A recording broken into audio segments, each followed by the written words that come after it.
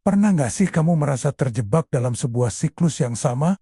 Lagi dan lagi. Rasanya seperti ada sesuatu di dalam diri yang terus menarikmu ke arah yang kamu tahu itu salah. Kamu berjanji pada dirimu sendiri, ini yang terakhir kali.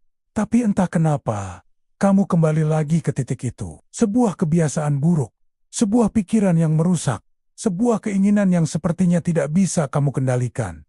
Rasanya melelahkan, bukan? Kamu merasa sendirian, seolah tidak ada yang mengerti pergumulan ini. Kamu bertanya-tanya, sampai kapan ini akan terus terjadi? Kenapa begitu sulit untuk lepas? Kita seringkali meremehkan hal-hal kecil. Kita pikir, cuma sedikit kok.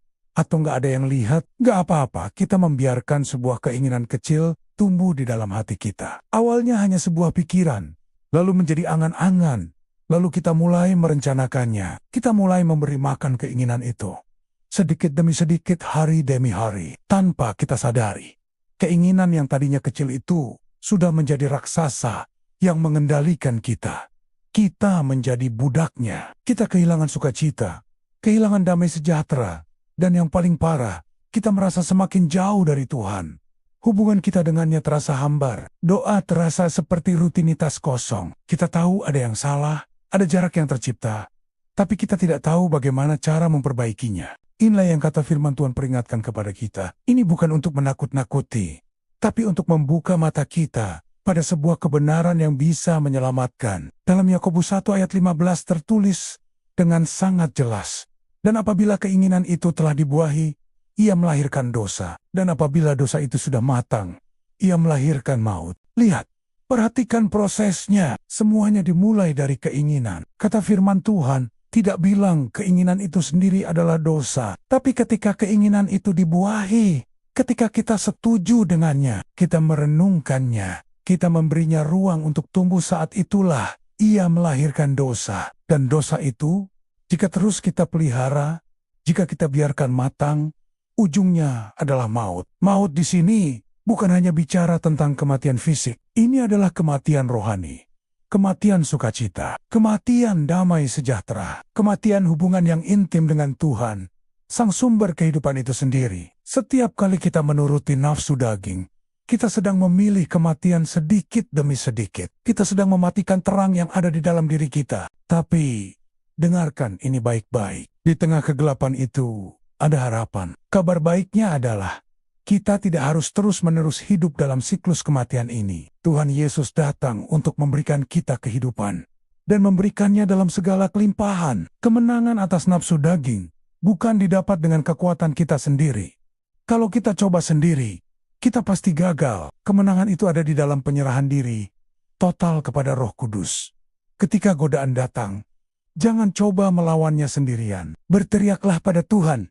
Katakan, Tuhan, aku lemah, aku tidak sanggup, tolong aku. Arahkan fokusmu kembali kepadanya, kepada kebenaran firman-Nya. Izinkan Roh Kudus memenuhi pikiranmu, hatimu, dan setiap celah dalam hidupmu. Dialah yang akan memberimu kekuatan untuk berkata tidak pada keinginan daging, dan ya, pada kehendak Tuhan. Ingatlah kalimat emas ini, pegang erat-erat dalam hatimu.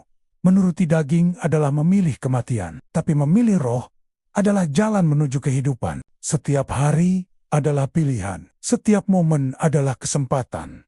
Saat godaan itu datang lagi, ingatlah kalimat ini. Pilihlah kehidupan. Pilihlah roh. Pilihlah Tuhan. Mungkin tidak akan langsung mudah. Mungkin kamu akan jatuh lagi. Tapi jangan menyerah. Bangkit lagi.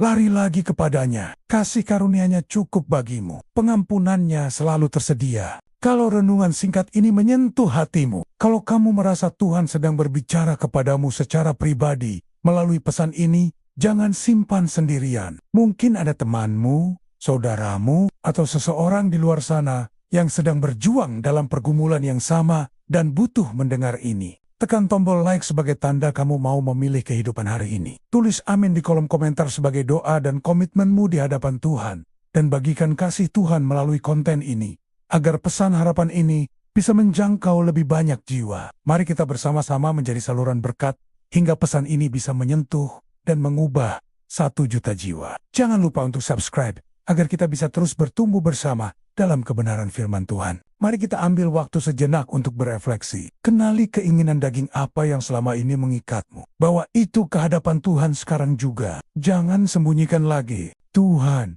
kami datang di hadapan-Mu dengan segala kelemahan kami. Ampuni kami jika selama ini kami lebih sering memilih untuk menuruti keinginan daging kami yang membawa kami jauh dari-Mu. Hari ini, kami mau memilih kehidupan. Penuhi kami dengan Roh Kudus-Mu ya Bapa.